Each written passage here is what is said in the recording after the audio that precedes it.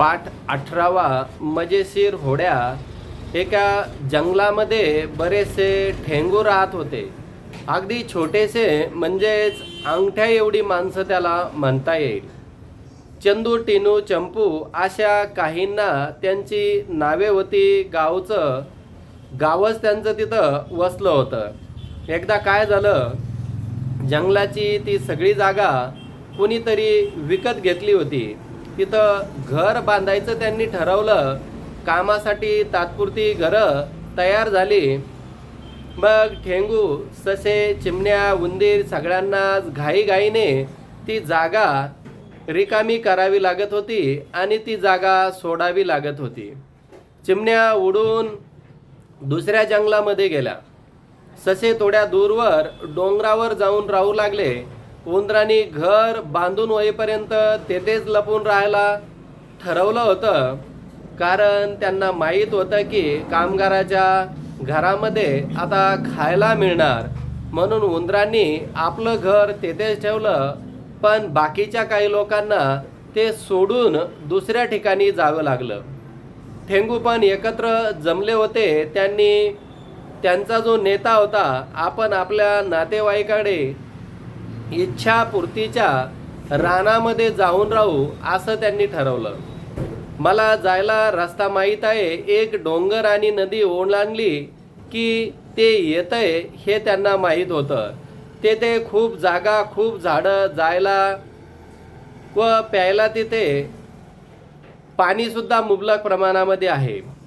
एका रात्री ते निघाले. रस्ता म्हटला तर जवळचा, पण ठेंगूंना तो लांबच वाटायचा, कारण ठेंगू म्हणजे त्यांची उंची फक्त 1 इंच एवढी होती. चालून चालून ते नदी काठापर्यंत पोहोचले होते. मला अगदी पंचायत नदी ओलांडायची होती. आता काय करायचं असं त्या ठेंगू लोकांना प्रश्न पडला. नदीमध्ये पाणी असल्यामुळं नदी कशी ओलांडून जायची यावर ते विचार करू लागले. त्यांना भेटला होता एक ससा. त्यांनी आपली अडचण सशाला सांगितली. ससा म्हणाला, इथे एक खूप चांगला आणि दयाळू असा मुलगा आहे.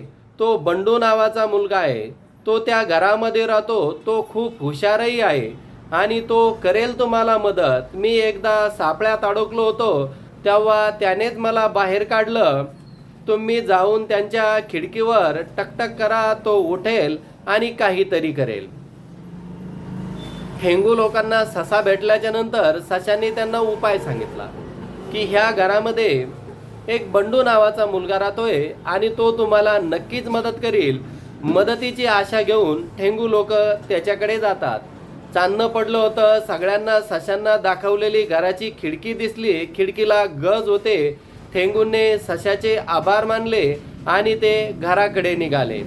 घराबाहेरच्या सावलीच्या वेलीवरून चढून जी काही सायलीची वेल होती त्या वेलीवर ते चढले आणि खिडकीच्या पट्टीवर जाऊन उभे राहिले. बिछाण्यावर बंडू गाढ झोपलेला होता. ठेंगू हे छोटे असल्यामुळे त्या बंडूला कळतही नव्हतं. ठेंगूमध्ये ताकद कमी असल्यामुळे त्यांच्या बोटाची किंवा हाताची टिचकी जी होती ती कमी जोराने पडत होती. ठेंगू चंदूने खिडकीवर टकटक करायला सुरुवात केली. बंडूनं कूस बदलली. पुन्हा टकटक केलं. बंडू पूर्ण जागा झाला. ठेंगूला खिडकीत पाहून तो इतका थक्क झाला त्याला बोलायला सुद्धा सुचेना. मग उडी मारून तो खिडकीपाशी आला आणि ज्यावेळेस त्या ठेंगू लोकातल्या एका व्यक्तीने म्हणजे चंदूने खिडकीमध्ये आला तर त्याने 2 वेळेस कूस बदलून ज्यावेळेस त्यांना तो ठेंगू दिसला आहे त्यावेळेस तो बंडू खिडकीपाशी जाऊन उभा राहिलेला आहे. अरे वा चिमुकल्यांनो, मला तुम्हाला कधीच बघायचं होतं. तुम्ही खरंच आहात की मला स्वप्न पडलंय. आणि बंडू विचार करू लागला की आपण हे जे पाहतोय हे तर स्वप्नात पाहतोय किंवा प्रत्यक्षात आहे. बंडू खिडकीच्या आतून उभा आहे आणि हे ठेंगू लोक वेलीवरून चढून खिडकीच्या बाजूने जात आहे. नाही, तू जागाच आहेस. एक जरा बंडू, आम्हाला सशानं सांगितलंय की तू प्रेमळ आणि दयाळू आहे. तू मदत करशील आम्हाला. आम्ही आपली घर सोडून इथं आलोय. नदी पलीकडच्या इच्छापूर्ती रानात जायचं आहे आम्हाला, पण उडायला पंख नाहीत. आमच्याजवळ होड्याही नाहीत. नदी पार करायची कशी? तू सांगतोस का उपाय? चंदूने विचारलं. संकट आलेल्या संकटाला समोर जाण्यासाठी चंदू त्यांचा प्रमुख मुखिया होता, म्हणून चंदू बंडूसोबत बोलत होता आणि नदीच्या पार जाण्यासाठी वेगवेगळे उपाय शोधत होते. बघतो हा काय करता येईल, बंडू लगेच म्हणाला. बंडूने मदतीचा हात देऊन हो असं म्हणून सांगितलं. बंडूनं थोडा वेळ विचार केला. बघूया या माझ्या तुम्हाला होड्यांचा काही उपयोग होईल का? ती खूपच मोठी आहे, शिवाय माझी वल्ली तुटली आहेत. कागदाच्या होड्या केल्या तर भिजून जातील आणि तुम्ही बुडसाल. काय काय आठवलं. सगळ्यांनी ठेंगूनी एकच गलका केला आणि ते विचारात पडलेले होते की आपल्याला आता बंडू काय उपयोग सांगून मदत करणार आहे. मी तुम्हाला अक्रोडाच्या टरपलाच्या होड्या करून देतो. त्याचा आकार तुमच्यासाठी योग्य होईल. एकेकाला एक एक होडी त्या पाण्यात छान तरंगतात. त्यांना छोटी शिंडमी लावून देईल, म्हणजे वाऱ्याने त्या पलीकडे नीट पोहोचतील. बंडूच्या मनामध्ये काय झालंय की अक्रोडाचे जे टरपल होते ते होड्याच्या आकाराचे असल्यामुळं त्याने त्या होड्या त्या ठेंगू लोकाला दिल्या आणि त्याला सिंड लावून दिल्याच्या नंतर नदी पार करण्यासाठी फायदा होईल. बंडू खाली धावला. सगळे मिळून 11 ठेंगू होते. त्यानं स्वयंपाकघरातून 6 मोठे अक्रोड आणले आणि नीट मधोमध फोडले. आतील भाग ठेंगूंना खायला दिला आणि स्वतः होड्या बनवू लागला. बंडूने आपल्या किचनमध्ये जाऊन तिथं 6 अक्रोड आणले, म्हणजे 6 अक्रोडाचे मधोमध नीट 2 भाग केले असता तिथं 12 होड्या तयार होतील.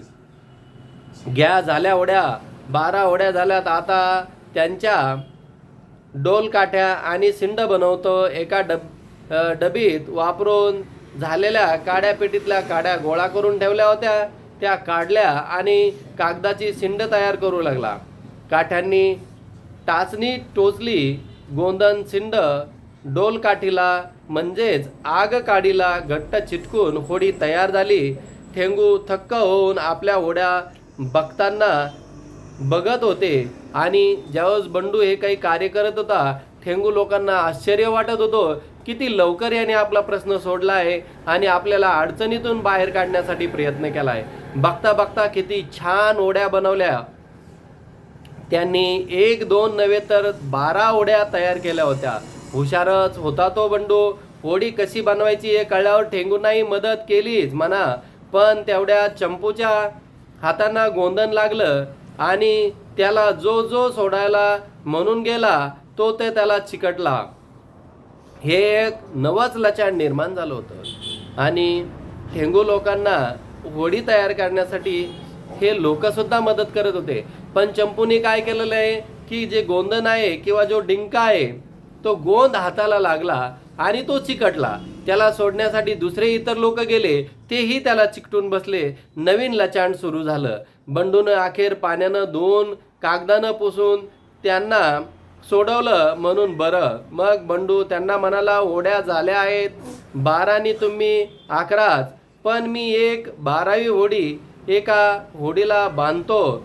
तुमचं जास्तीचं सामान तुम्ही या होडीमध्ये ठेवू शकता. थोड्याच वेळात सगळे नदीकाठी जमले. बंडूने स्वतःच्या साऱ्या होड्या एक मोठ्या टोपलीत घालून नदीकाठी नेल्या. एक एक ठेंगूला एक एक होडीत बसवलं. ते सावकाश पाण्यात सोडल्या.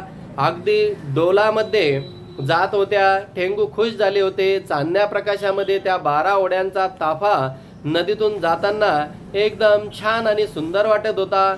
11व्या होडीला बांधलेली 12वी सामानाची होडी देखील छान चालली होती. सगळ्या होड्या किनाऱ्यावर गेल्या. सारे ठेंगू उभा राहिले.